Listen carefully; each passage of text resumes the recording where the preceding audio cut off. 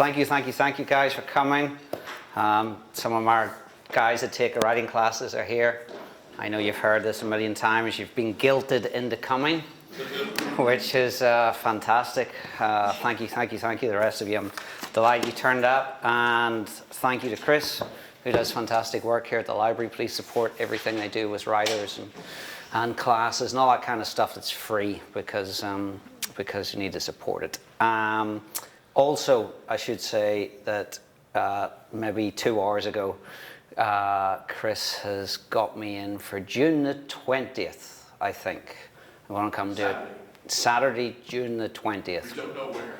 Yeah, we don't know where, because apparently they have to vote here, because you can't have a week without voting in New Orleans or Jefferson Parish or whatever. So some of the stuff I was going to talk about tonight, I need to save for June the 20th. So anyway, I thought I would talk a little bit about my relationship with Ozzy, then about how the book came about. And obviously, if you guys have any questions, I'd be delighted to take them after that. So, I grew up in Belfast, Northern Ireland, at the height of the Troubles. I was born the year the Troubles started. And so I grew up in Belfast in the 70s and 80s, which was a terrible time to be living there. But I became a big music fan. Older guys, older friends sort of got me into rock music. And one guy, I still remember this, maybe early 82, something like that. One guy brought an LP into school to give to another guy. And I was like, what's this? And it was Ozzy's second album, Diary of a Madman. And I remember seeing this. My friend Peter, who I'm still friends with today. And I was like, what's this? Who's this guy? So I borrowed it and taped it, as you used to do in the 80s. You used to get a cassette tape. For those younger guys, you had a C60 or a C90. You had also C120s, but they always broke. Never had C120s. So you used to get these tapes, and that's how it worked back in the day. You used to had a guy would come in, give you a record, you would record it on the tape, and then you'd play it to death. And so that's what I did. And again, I can still see the tape. I can still visualize that C60 light blue and white tape. So I became a huge Ozzy fan. Within 2 years, everything about him. I loved everything about him. I loved his voice. I loved his music. I loved his image. He always had that crazy image. He really did bite the head of a bat. He really did bite the head of a dove. He really did piss on the Alamo. He really did wake up one morning in the middle of a highway in Memphis and decided he needed to go to the toilet and picked a police car to pee against. When the woman cop then said, when you're finished, buddy, put that away and we'll take a trip downtown. Everything that you've read about Ozzy, he really did. His wife used to try to stop him drinking by hiding all his clothes, and he would just put on her dresses and go out in her dress. So I loved everything. Loved everything about it. Well, there was a rock magazine that was very popular in Britain called Kerrang! And I mean, it's really crazy when you think about it. I happened to mention to my dad at dinner one night, there was an article in it that they were going to have a big festival, Rock in Rio, 10-day rock festival, biggest rock festival the world had ever seen. Everybody you've ever heard, well, not everybody, that's an exaggeration, but lots of big bands. Ozzy, AC/DC, the Scorpions, and then it was different genres for different days. Yes, and Queen, and Rod Stewart, and Al Jarreau, and the Go-Go's, and the B-52s. It was just an incredible lineup. And I just happened to say to my dad, as I was reading at the dinner table, I was like, God, there's a big rock festival in Rio. And my dad said, find out about it. I've always wanted to go to Brazil. And so that was it. That was it. And my dad was a drummer in a band. He was kind of like a child of the 60s, even though he was obviously born before that. But he was huge into music, and he played in a band. And he also loved football, soccer, I should say. He loved soccer, and Brazil, of course, is the home of soccer. And so those two elements together, the music and the soccer. And so luckily, he was beside a travel agency. Luckily, his little business was beside a travel agency, and he went in and they had a brochure about it.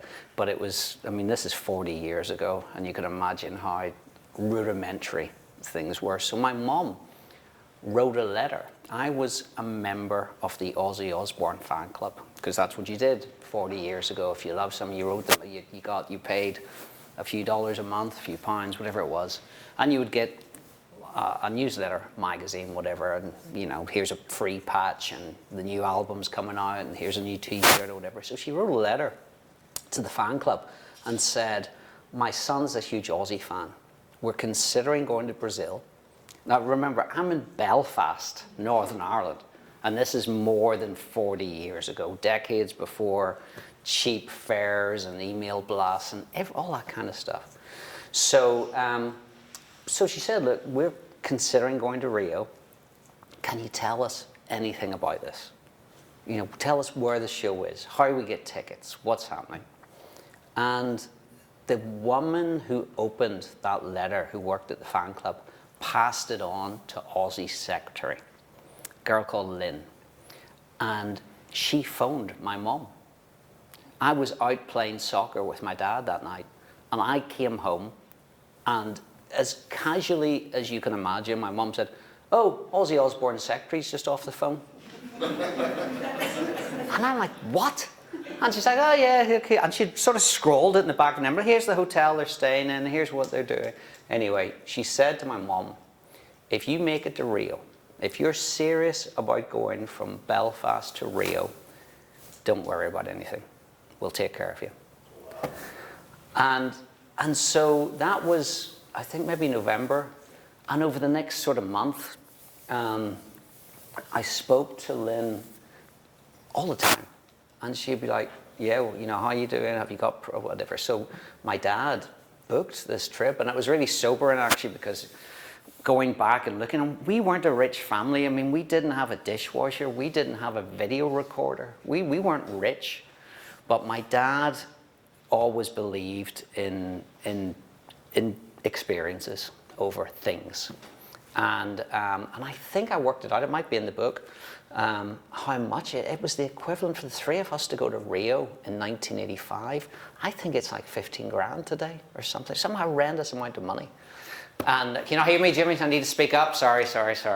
And so it was a lot of money, which I didn't appreciate, because you're 15 years old and all you're worried about is getting to meet, you know, getting to see your hero in Rio. So we went, and the first day, Lynn met me and my parents, and they were just fabulous from the get-go. I go up, they give me a backstage pass. But not only that, they take me to the show on Ozzy's bus. Okay? When I get to the show, they take me to the side of the stage to watch the performance. Chris is Ozzy. This is where I'm standing, on the side of the stage, 20 feet away, to watch the show. And so I met Ozzy a few times. Obviously, I was on his bus, back and forth. They all did 2 shows. Most acts did 2 shows at Rock in Rio. And so I sort of met him. I was introduced to him. And I met many of the people in the band and who worked from all that kind of stuff. And then the last night, we come back to the hotel, and the assistant says to me, do you want to give me a hand up to like Ozzy's room kind of thing with this little luggage? And Ozzy called me into the room for like a chat, and then he said, give me a call in the morning, we'll go for breakfast. So I call Ozzy's room the next morning, me, my mom and dad and Ozzy go for breakfast. No handlers, no assistants, no PR, no security. Ozzy just comes downstairs, meets us, takes us for breakfast. And I don't know, maybe 2 hours we're there. It's probably, although I knew Ozzy a long time, it's probably my favorite memory ever. Like, imagine being 15 and you should be in Belfast in January studying physics or German unification, and you're sitting at a 5-star hotel with your hero in Brazil. So, so that was fabulous. And then I was lucky. I was 15, 16, and I always wanted to write. I wanted to be a journalist, and I was always making my own little newspapers and that kind of stuff. And so they were trying to ramp up the fan club. If you don't know, Ozzy's wife, Sharon, is also his manager. And it was in the music business her whole life. And she was always like at the forefront of fan engagement and things that they should do. So they were ramping up the fan club. Instead of just having like a crappy newsletter and whatever, they wanted to have like a proper book. And so I wanted to write. And also Lynn, who again had worked her whole adult life in the music business, she wasn't an Ozzy fan. And again, this is 1985, 1986. So people, all these fan club letters would come in, hey, where can I buy this record? Who played bass on this record? What are the lyrics to this song? And Lynn would just call me up. She was like, hey, I don't know, what do I get this or what? So she started calling me her consultant and would introduce me to people as, this is our consultant. Yeah, I was 16, and if I would go to London to see shows or whatever. So I was sort of in the right place at the right time. And I also think because I was, well, first of all, I wasn't a twat. I knew what I'd sort of been given and how lucky I was. So I never pushed anything. I was thinking about this today. I don't think in 40 years that's not true. In 40 years, I probably asked Ozzy 4 times for his autograph. Usually when it was like my 100th gig or something, or there was a reason for it. But I just wouldn't bother any of them for autographs. I wasn't trying to get this, I wasn't trying to get that.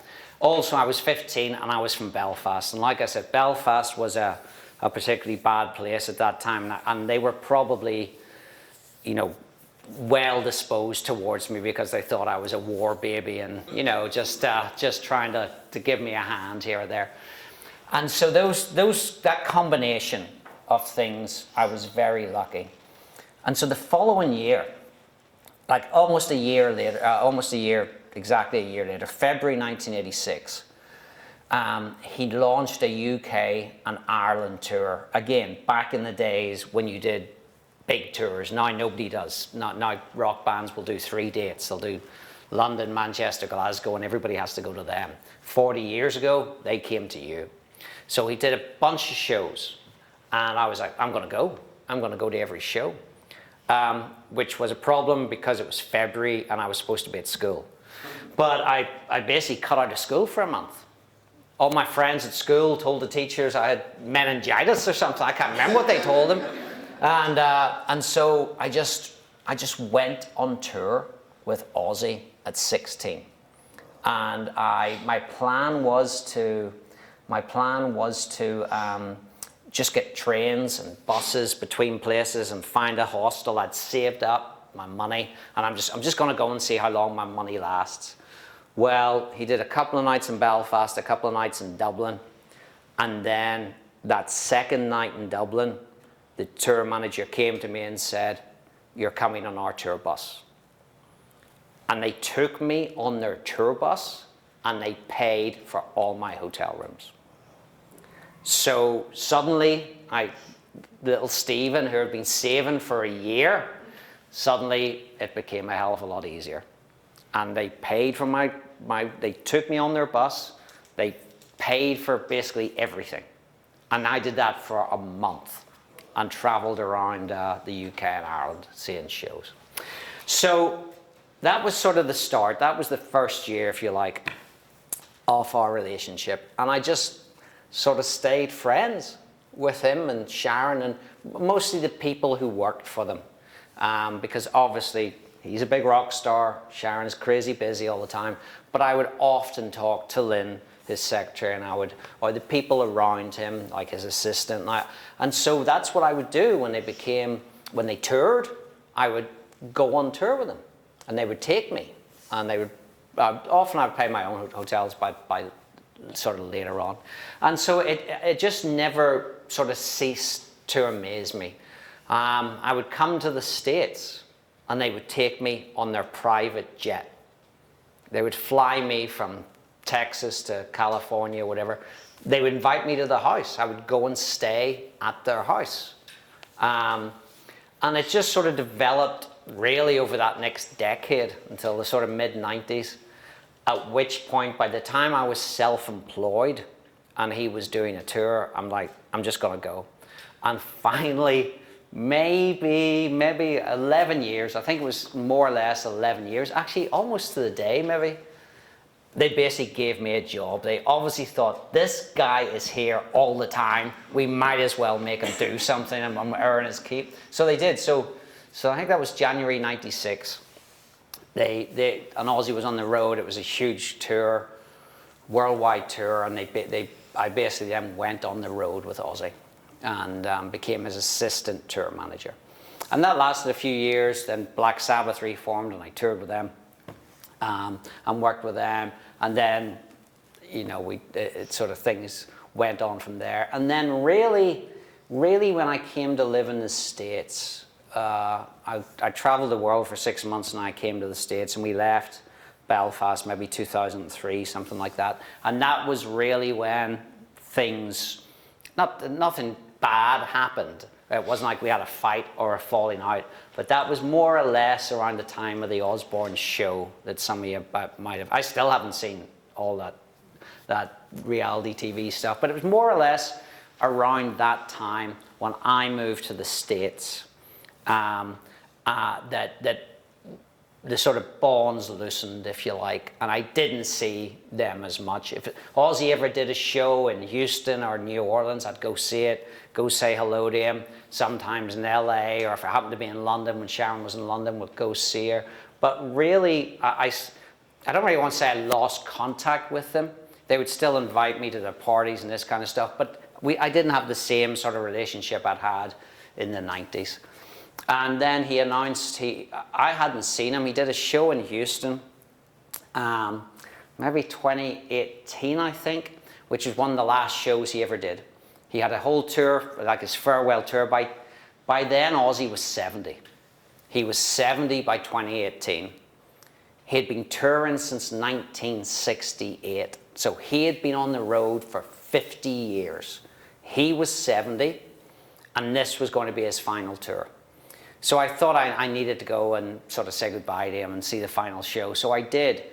And then I only think he did maybe 3 more shows. I think maybe 3.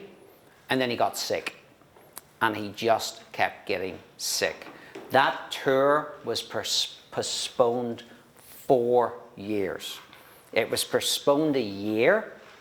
Then COVID hit, another year. COVID kept going, another year. Then he had more issues, which put it back another year, and finally they said he's not up to it. He had a lot of health issues after COVID. So he announced one final show, a place called Birmingham in England, where he was from.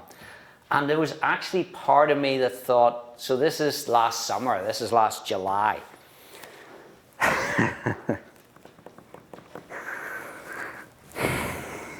Sorry.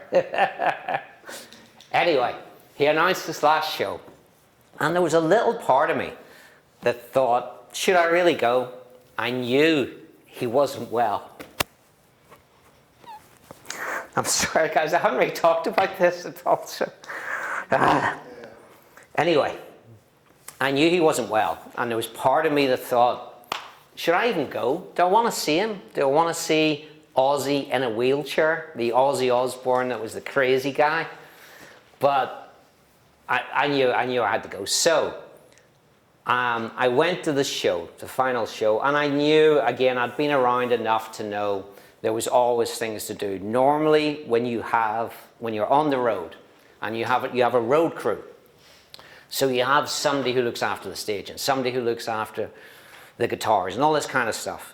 And he hadn't toured in years, and I knew he wouldn't have that backup. So a week before the show, I went over, and Lynn, who's still working for Ozzy 40 years after that phone call, she was like, oh no, we'll put you to work. So I spent a week, and it was incredible. It was one of the best weeks of my life, because I was like integrated back into the matrix. You know, something I'd been out for, a world I'd been out of for years, and suddenly for that week, I'm back, and I'm with them, and we're up all night, we're running about, it was just fantastic. It was all these rock bands, all these huge rock bands, Guns N' Roses and Metallica, and all these, they all came, they all played for free. And normally I've worked at enough rock festivals, there's always egos, and I'm not going on before he goes on, and I'm not walking to that catering tent because I want to go to this kit, and there was none of that. There was none of that. And it was fantastic. And then, of course, a couple of weeks later, I got a call that he's dead. So that was sort of my story with Ozzy. And then the book, and this book that came out in November, which I had to borrow one of Chris's because I'm a professional, I forgot to bring a copy of my own book, but there you go. Anyway, so it came out in November. And how the book came about, that tour that I talked about in '86, when I was on the road for like a month, I found I have two, no, I've got more than that. I've got a few boxes in my attic just full of Ozzy stuff. I mean, it's going to be my daughter's, you know, that's going to be that's my retirement to her. Not retirement, what's the word I'm looking for when you pass something down? Inheritance. That's her inheritance. I say to her, you've got no money, but you have a box full you've got boxes full of Aussie memorabilia up there, unless my wife sells it first, of course. But anyway, so I had all this stuff, and I was going through it. We bought a house in September 2019, and I was moving all my stuff, and I was just looking at it and going, God, there's some fantastic things here. I got some fantastic. Ozzy never worried about anything like that. If he had a t-shirt, I remember one day he had like this test pressing, like #1, and I was like, oh, that looks great. Ozzy goes, here, do you want it? And just handed it to me. So I've got boxes in the attic full of all this stuff. And I remember thinking, what am I doing with this? What am I going to do with all this stuff? And one of the things I found was a little notebook, tiny little notebook. And it was my notebook from that tour in 1986. So what was that, 38 years ago, before? And it was notes from every night on that tour. I'd made tiny little notes. Like, and I think, why did 16-year-old Stephen do this? Why, you know, and I think there must have been, even then, I realized how lucky I was, you know, how lucky I'd been to sort of be in this crucible. And so I'd made notes, and then right from that very first tour, really, and then I'd also kept, at one stage in my life, I decided it was a good idea to keep a diary or a journal. And then I always kept, if I went abroad, overseas, I would keep a journal every day of what we'd done that day. And so when I was in the States, of course, I'm keeping those. And so I was always writing. And the prologue of the book, because again, it's different now. Nowadays, you're backstage and the guys are on their smartphones or they're on their laptops. But 40 years ago, 30 years ago, there was none of that. You know, the guys would do crossword puzzles. They might watch a video. Some guys are playing. And I was always writing. Backstage and on the tour bus, I was always just writing what we'd done that day. So the prologue of the book is I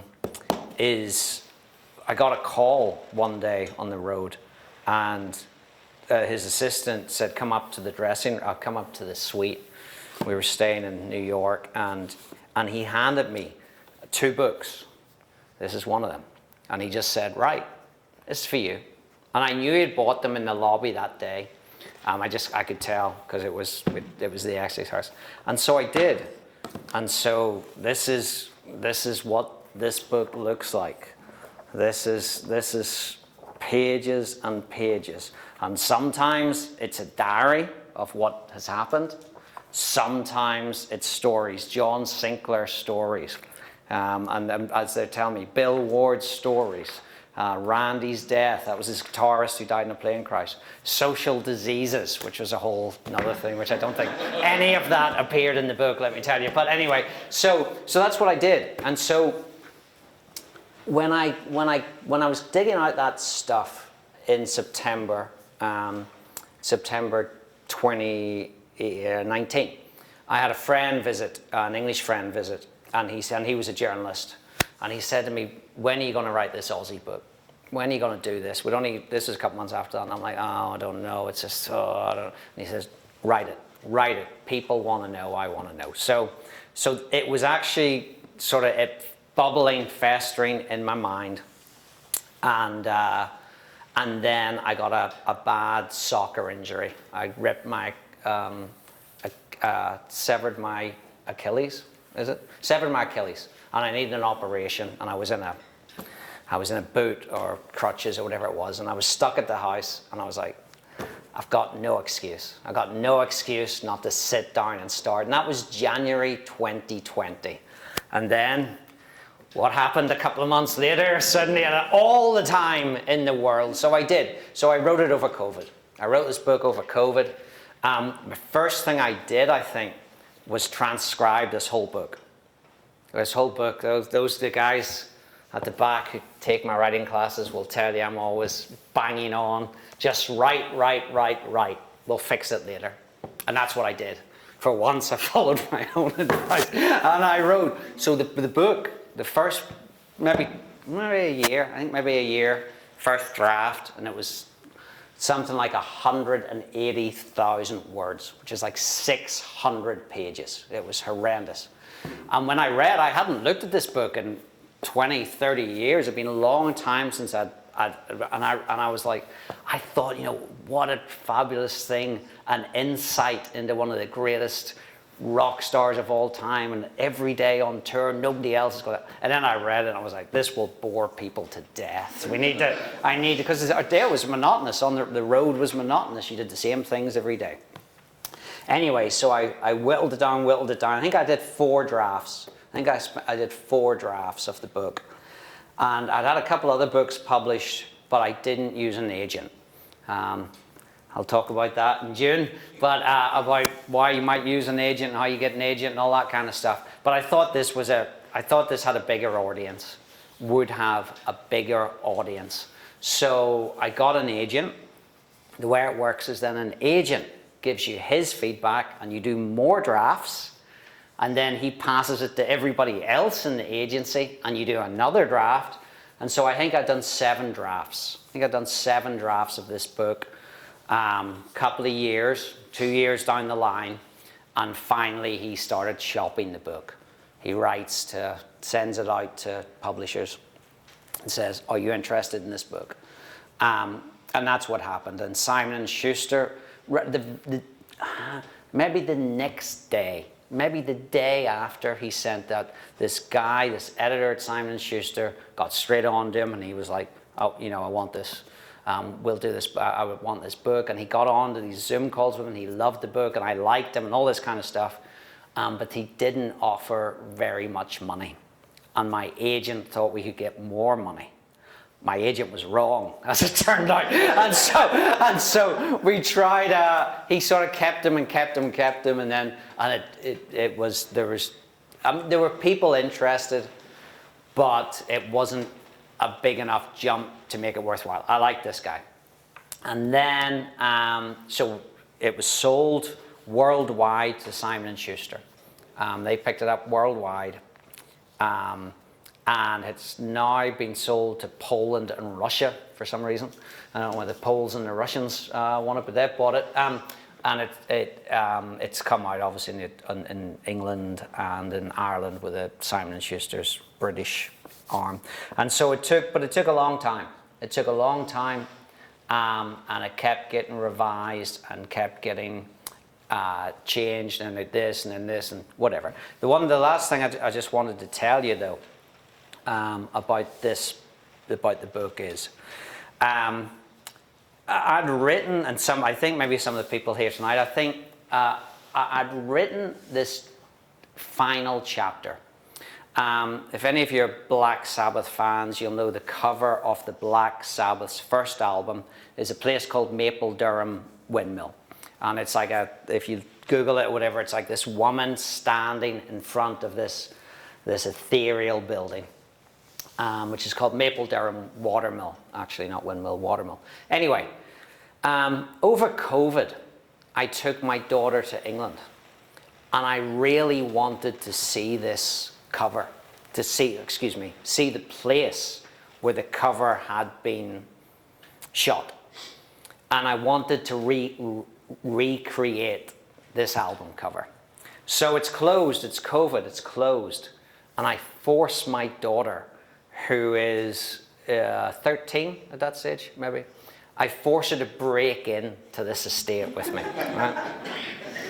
And we climb a wall and we jump down and all this, and I get her to take the photograph of me, and she's never seen the album because she's just known. Like, I'm going, no, you need to stand here and you need to do this, and all the time we think the police are coming or somebody's going to do something. Anyway, we do this, and next thing we sort of get out, and I'm all pleased with myself. It sort of made me happy, and then this guy shows up, and I could tell right away he was an American. He just had that, I'm an American vibe about him. And he's like, Sabbath fan. I'm like, yeah, I am.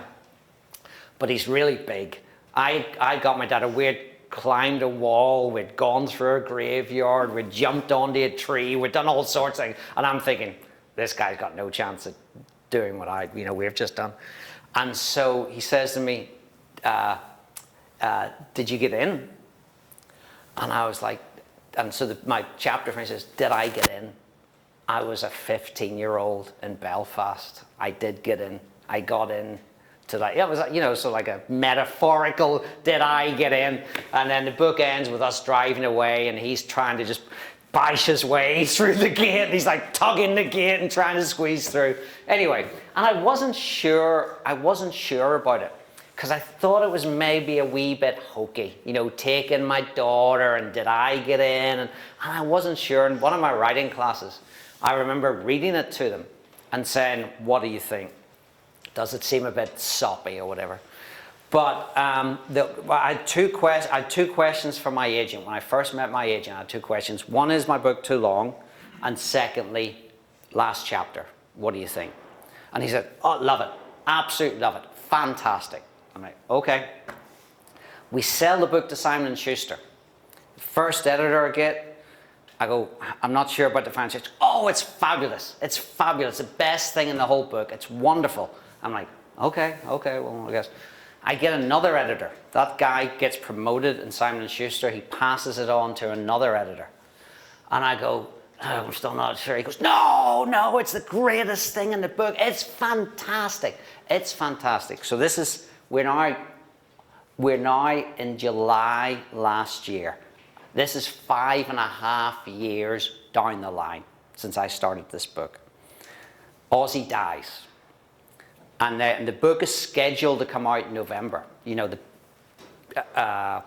publishing world works at a glacial pace. It has been scheduled a year in advance. And suddenly Ozzy's dead 3 months before my book is due to come out. So the day he died, we got a Zoom call, and the head of Simon & Schuster's like, you got to write. We can't leave it like this. We can't leave it, that you got to sort of complete the circle. You got to write this. And I'm like, okay. And the same thing as I did with the gig, I go to the funeral a week early. I'm just there helping and doing stuff, whatever. Anyway, I end up staying in England rather than coming back, and I stay there. And then I get a phone call from the editor, and he's like, we're dropping the final chapter. I was just like, and the way we'd done it, I had that, and then we had a break, and they're just like, it's a false ending. We just need to cut it out. And so after spending years on this and drafting it and redrafting, right, and everybody sends the best thing in the book, it's gone. it went. And the thing about I'm not happy with the final chapter. It was written while I was in England. It was so rushed, and I just couldn't face it. And I never got a chance to do it. And finally, and they kept putting them back. They kept saying, Stephen, it's fine. We'll wait. And so again, as I always tell my writers, the best, you write, and write again. Your writing gets better the more you do it. And that final chapter, I'm not happy with, because although it covers the last gig and it covers the funeral and Ozzy dying and all that kind of stuff, I'm not happy with it. And then last week I got a call about the paperback edition, and so I said, can I? And she's like, absolutely, you can do it. So that's going to be my mission for the next month or so, is to hopefully make that last chapter better, because I want to. So that is my story with Ozzy and the story about this book. Does anybody have any questions about anything? Anybody have any questions? Sorry, Jimmy. Sorry, I keep forgetting. Does anybody have any questions? Yes, sir. I'm curious about your coming of age during the Troubles in Northern Ireland. Perhaps if you could share an experience. And were the Osbournes interested in what was going on? Yeah. So Ozzy was always interested in any sort of current affairs or war or anything that was, he would watch the History Channel non-stop. Every time you went into Ozzy's dressing room or into his hotel room, it was the History Channel. I'm a huge World War II, I was going to say fan, but that's probably the wrong. That's probably the wrong description. It's my favorite war. No, I was always really interested in World War II. I'd grown up with my granddad. Although he wasn't in the war, he'd served with a lot of people just after. And Ozzy had also grown up in Birmingham, in England, in 1948. He was born, so it was just after that area was devastated. So we always had a huge bonding, if you like, over World War II. And that also followed into sort of current affairs things. And so he played in Rio when I met him at that breakfast. I mean, that was one of the main topics, was tell me about the Troubles. I want to play there. And he did. He played there a year later. He was one of the first, again, I can't overemphasize what a terrible place we had. No one had any money. We were blowing each other up. We were killing each other. It was such a grim background that, as you'd imagine, rock bands weren't falling over themselves to come and play it. And he was one of the first in '86. So he was always interested in any sort of like, what was the Waco? Do you remember the Waco, when there was the FBI? Somebody went into Waco, that sort of thing would fascinate him. And again, he would just sit in front of the TV for days watching all the CNN or whatever it may be. So yeah, he was interested, and we did speak about it, absolutely. Yes? How did you end up in New Orleans? Married an American. Yeah, okay. Wouldn't recommend it. Second one's a lot better. No, but that's a funny story. That's a funny story. So in 1995, I get a fax, because that's what happened in 1995. You had fax machines. I get a fax, which I still have. It's actually, I found it when I was saying about the things that I have up in these crates in the attic. And it was an invite to Ozzy's birthday party. The house he still lives in, well, he doesn't live anymore. The house the family still live in, a welder's house, which is just outside London. And it was December the 3rd, 1995. And this fax came in about, I don't know, maybe about 4 or 5 days or a week or whatever it was before his birthday. He was having a small birthday party at his house. Well, I knew he was due to play Paris that night. And I was like, okay, because Ozzy loved the cancellation. And so I go, okay, it's a Sunday night. It was a Sunday night. And I thought, I'll go to London for the weekend. I was living in Belfast. I'll fly to London for the weekend. Might as well spend a weekend there. And so the night before, on the Saturday night, of course, Ozzy announces the cancellation. He's not playing Paris for whatever reason. Can't remember what the reason was. But so I go across, and on the Saturday night in London, I meet a girl from North Carolina. She was on a student exchange and happened to be in London for 2 months or whatever it was. And I bumped into her in a pub, and I met her and got her phone number or whatever. Anyway, we end up marrying, all right? So I would never have married her, or met her even, if I hadn't have been in London for Ozzy's birthday party. So we had a daughter, and I took her to meet Ozzy. He came and did a TV show at my house. He did a thing with Jack, his son. It's called World Detour. And he came to film at my house and uptown. Anyway, and I took him. So that was the one time my daughter met him. And I was like, the reason, Ozzy, the reason she's alive is because I went to London for your birthday party. The time that, now of course, Ozzy didn't remember cancelling Paris. But anyway, so that was it. And then, again, just to sort of complete the circle, my daughter turned 18 on the day of Ozzy's funeral. And so I was due to go. She lived in North Carolina with her mom, and I was due to go up and spend her 18th birthday with her, obviously. And she said, go see your friend. Go say goodbye to your friend. So yeah. But anyway, she met Ozzy once. And it's just one of those bizarre things. I met my first wife because I was in London, and my daughter turns 18 the day he's buried. It's crazy.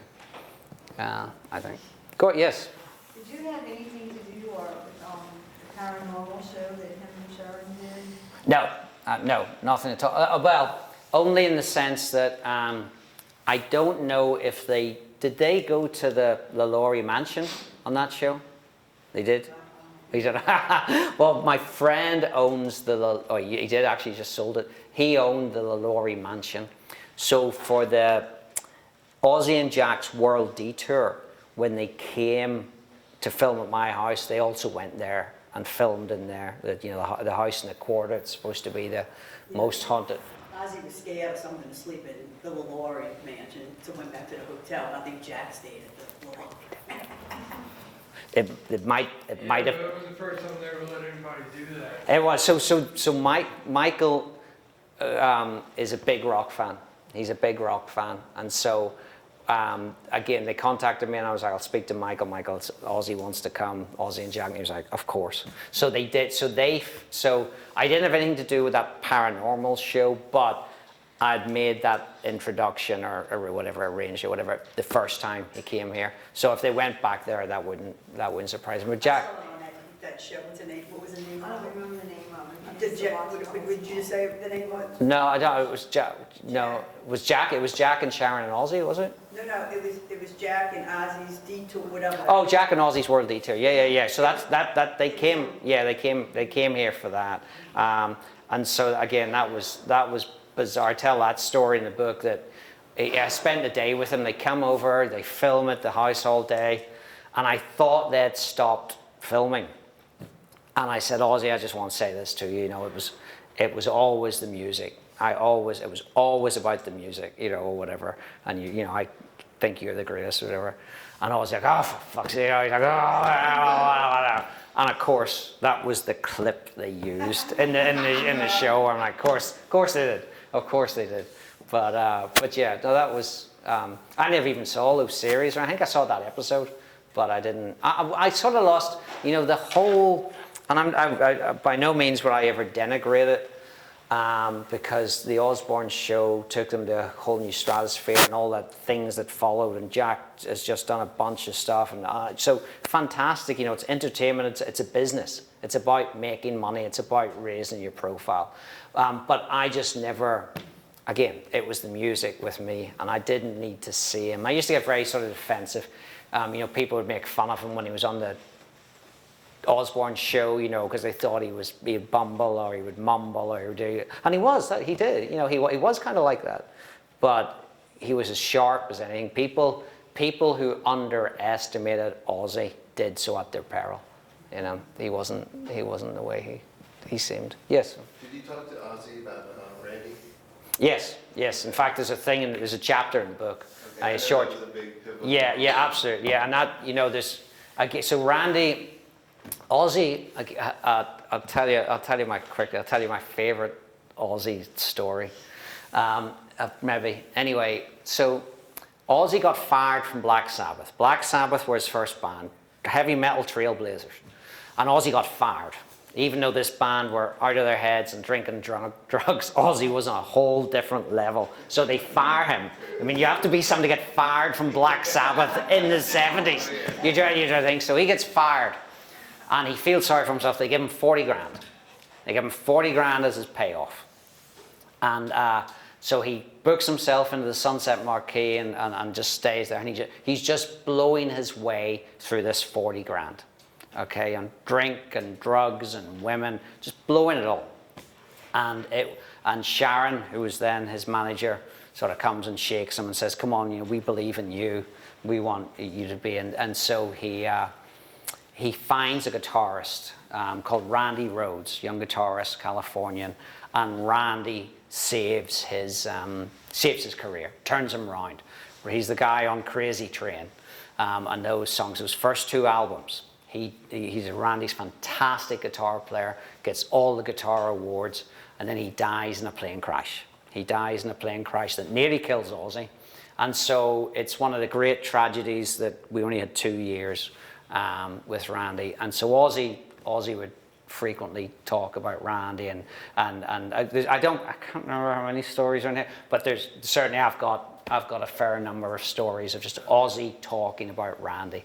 But the story that makes me laugh is, so Ozzy's in this bungalow, and it's just a mess apparently. Sharon, you know, will tell me it's like pizza boxes, and there's drug stuff, and there's bottles of liquor, everything's just, and he's just locked in this darkness, and people are sitting over. So girls would come over, and he had a fire that would be on this automatic gas thing that would come on.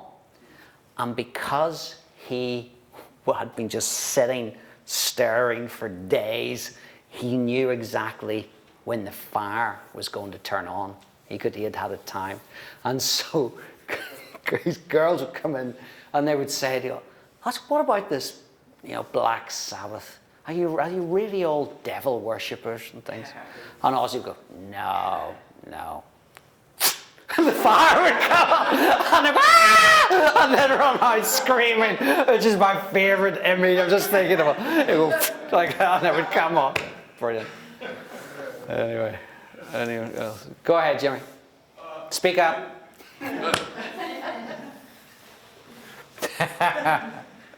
Did you have any involvement in the music of Ozzy or Black Sabbath? Not at all. No, I mean, I was in the studio at times when they were writing, but no, I never had nothing at all, other than being there when it was made sometimes. Not at all. Not talented enough. All right, nothing else? Yeah, oh, go ahead. Wondering about Black Sabbath. You became friends with Bill and Tony Geezer? So Geezer I'm still close to. Okay. And Tony, Bill, Bill's a bit strange. And Tony, again, it's a story in the book that I got close to Tony when I toured with him. But I saw him the last time I saw Tony was at the funeral. Last time I saw Bill was last time I saw all three of them was at the funeral, of course. But Geezer I'm still close to. I was close to Geezer for a long time. Geezer's the bass player in Black Sabbath. He's the guy that wrote all the lyrics. He wrote all the lyrics for the Black Sabbath songs, Generals Gathered in Their Masses, and I Am Iron Man, and all that kind of stuff. So Geezer's great, bit strange, but Bill's a nutcase. He's on another level. And then Tony's a bit sort of dour. I should expect from the guitarists of Black Sabbath, but we still had a lot of, again, some of the stories in there just wind up.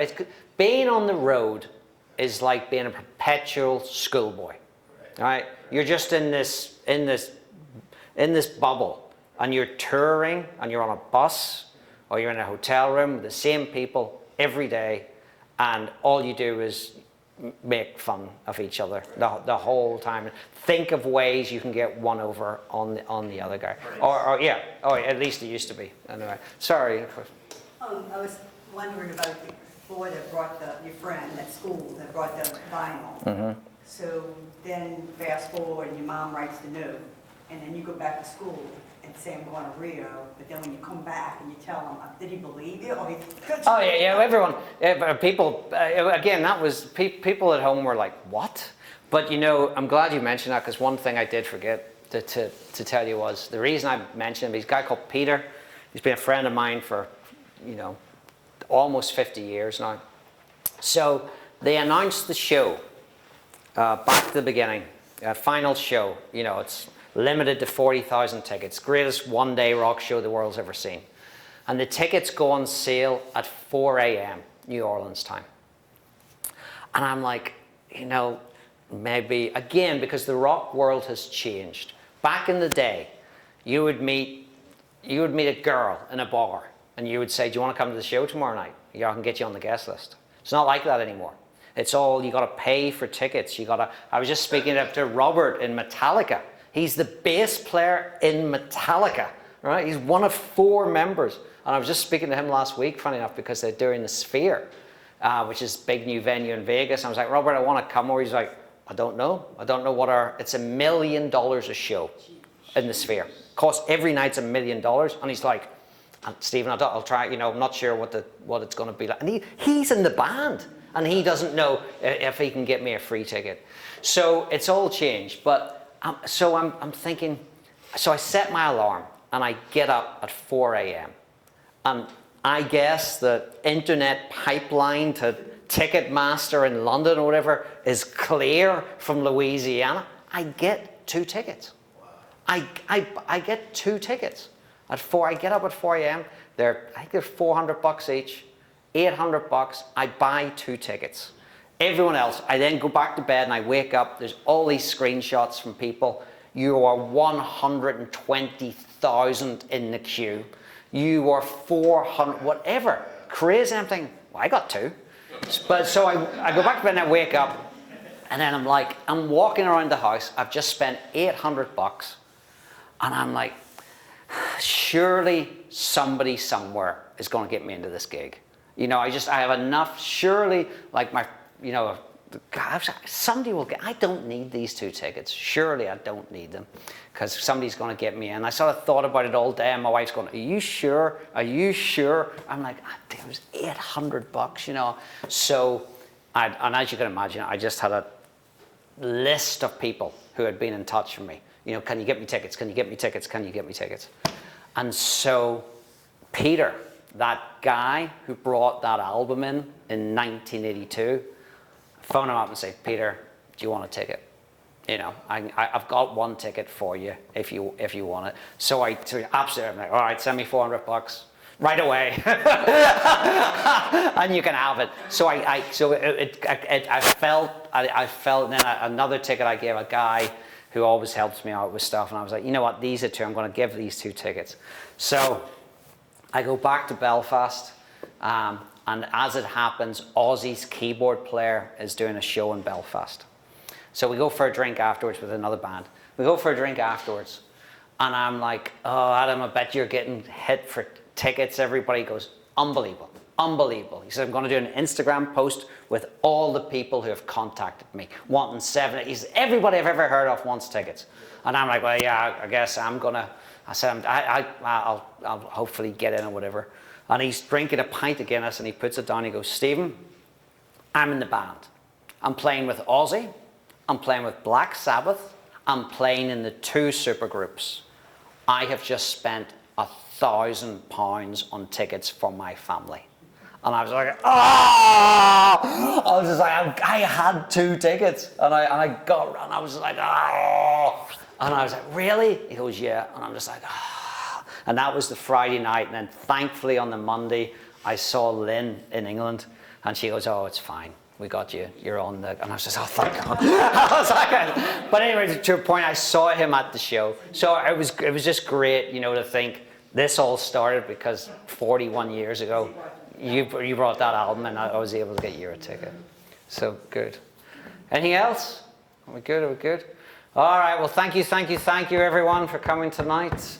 I appreciate it very much. Chris is...